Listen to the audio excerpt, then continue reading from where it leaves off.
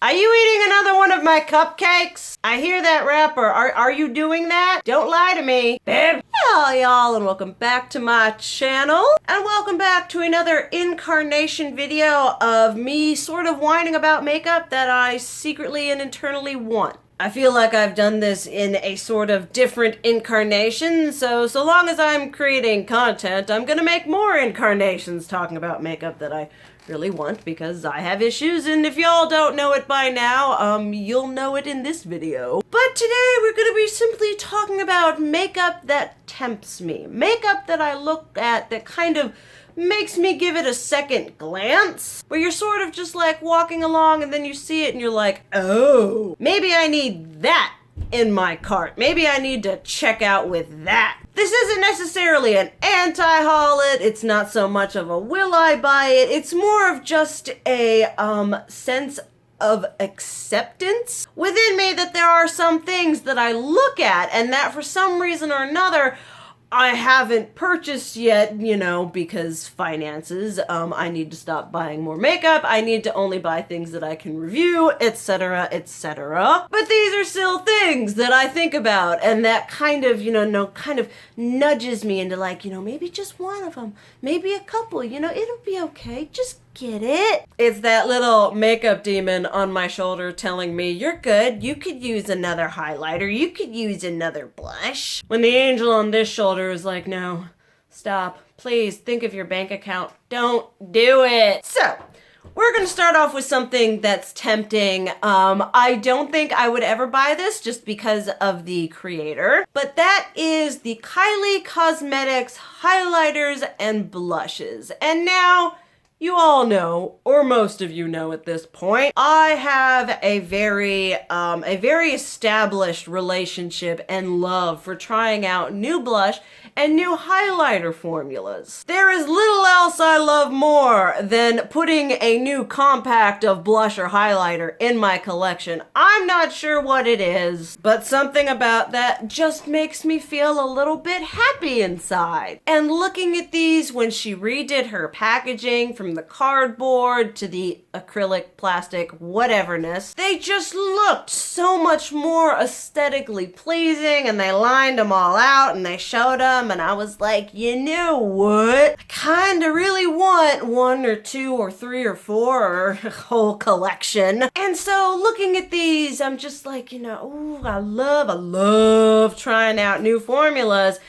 And like, even though it's Kylie, and y'all know how I feel, how some of y'all feel about Kat Von D and Jeffree is definitely how I feel about Kylie Jenner. But something about these, the packaging, the embossing, the color whateverness, I just look at it and I'm like, they sell them at Ulta, I could get points, I could get whatever, every once in a while, even though I know I'm not gonna buy them, something about them resurfaces every once in a while, and I'm like, I could spend the money, but hopefully I will continue to not spend the money because y'all know how I feel about her, and the last thing I need is more blush and highlighter in this thing. Speaking of more highlighter, and this is something that tempts me, that I may at some point, give in to said temptation. I believe I talked about this in a Will I Buy It like forever ago, and that is the Becca, oh my goodness, Pearl Collection, Ocean Pearl Shimmy Shimmy Shiny thing, where they tease that highlighter, that pink, peachy, pearly, effervescent shimmy shimmy shininess, and they were all like, oh, it's only gonna be available at like retail travel locations of Becca. And I'm over here like, where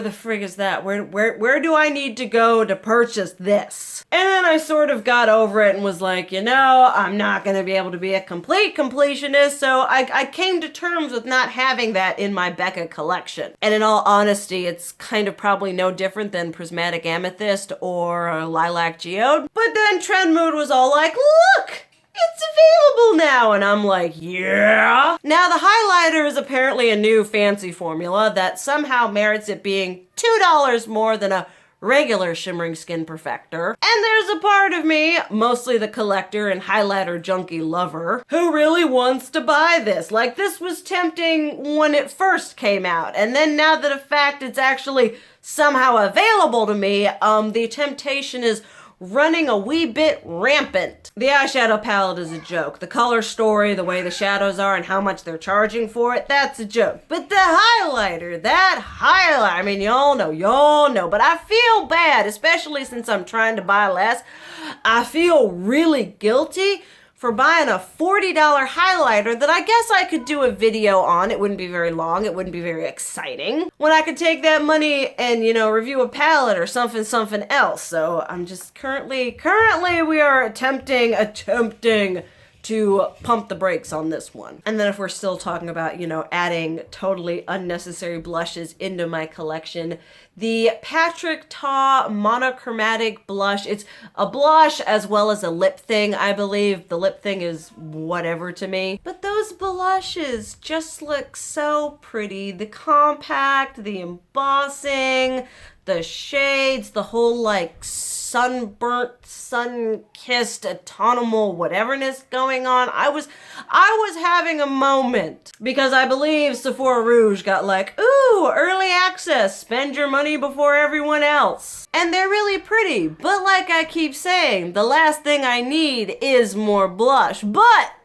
there's that whole at some point I would like to buy myself another blush. Maybe it'll be one of these. There's that excitement looking at them because not only do I love trying, new blush shades, which in all honesty, I probably have these, but it's the trying of a new formula. But the problem is there's the completionist in me that's well, if I like one shade, what's better than one shade?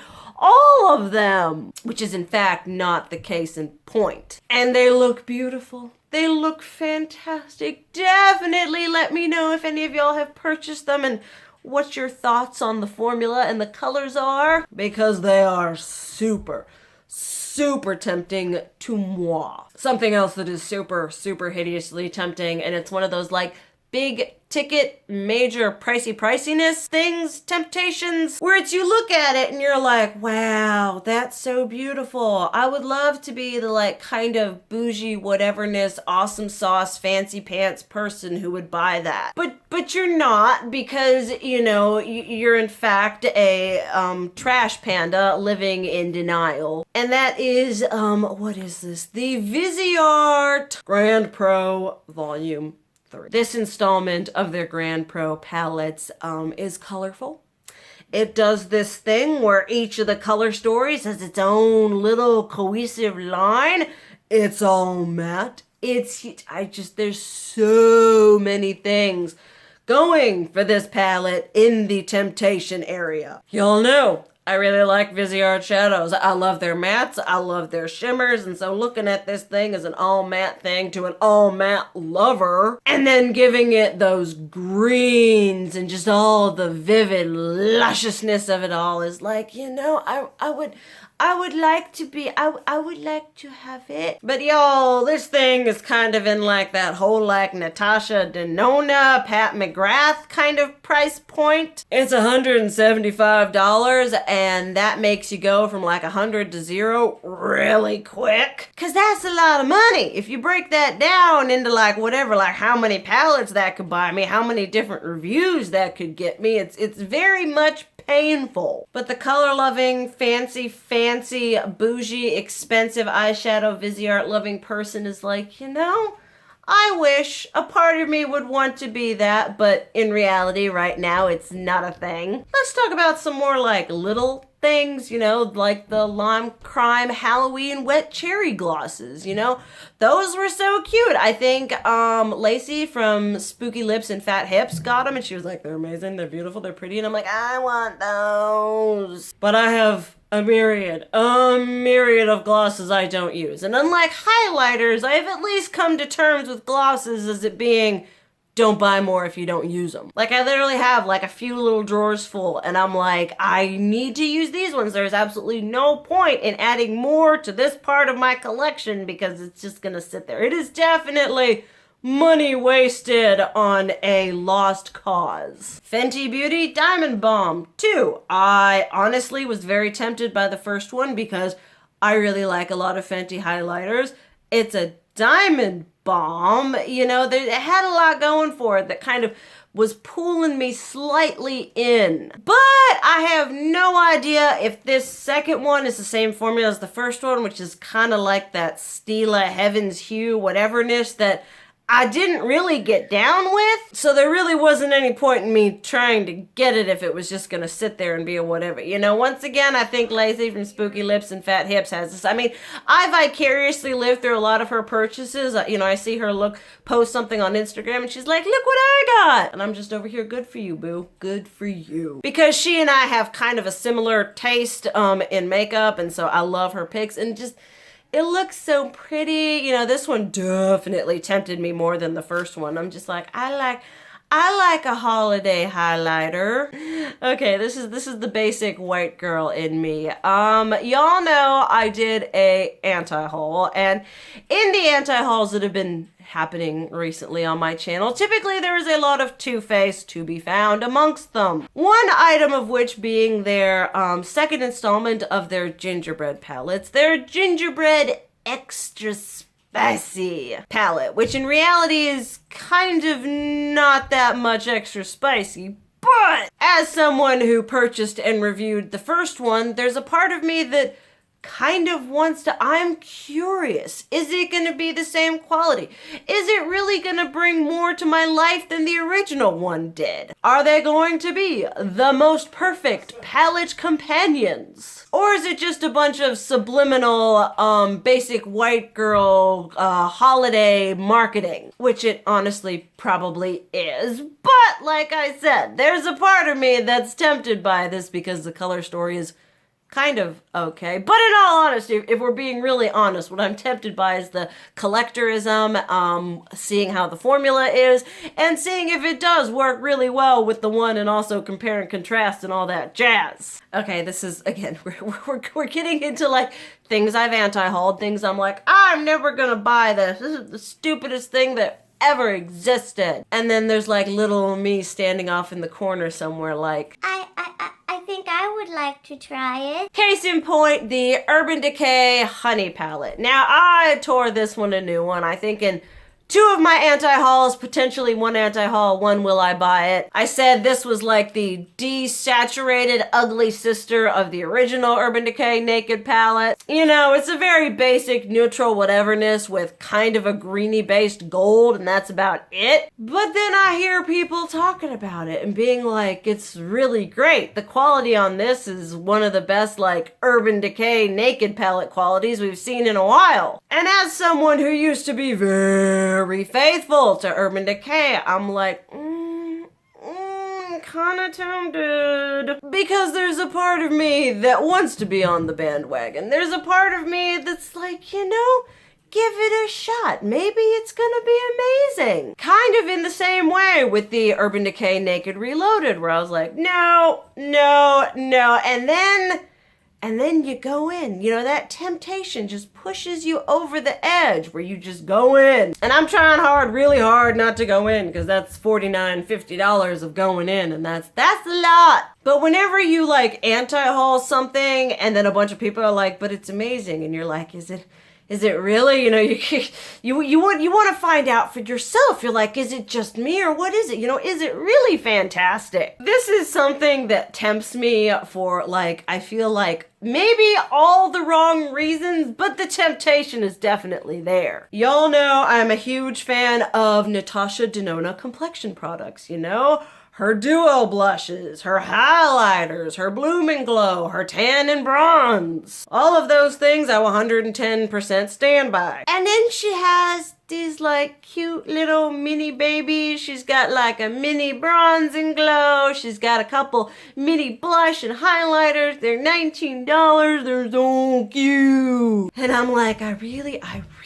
you know, they got them sitting at the checkout in Sephora where you're like, oh, I guess this isn't completely ungodly expensive. Toss it into my cart. Because $19 for a blush and highlighter is a lot more viable than $38 for blush and highlighter, even though you're getting product that's this big. But the collection, once again, I'm like, if I like the big ones, I'll love the little ones, even though I have heard that the highlighters get hard pan real easily, which is something I take personally. They're kind of more sparkly, faint, effervescent fairy fart top coaters, which I also take personally. And just kind of on a whole, that they're not exactly the same quality and consistency as the normal non-mini version. But every time she releases a new one, they tease a new one. I'm like, maybe this will be the time that I finally like bite the bullet on this and get one of these little whateverness. Because in all reality, we know I'm not going through full-sized highlighters. I'm not going through full-sized blushes.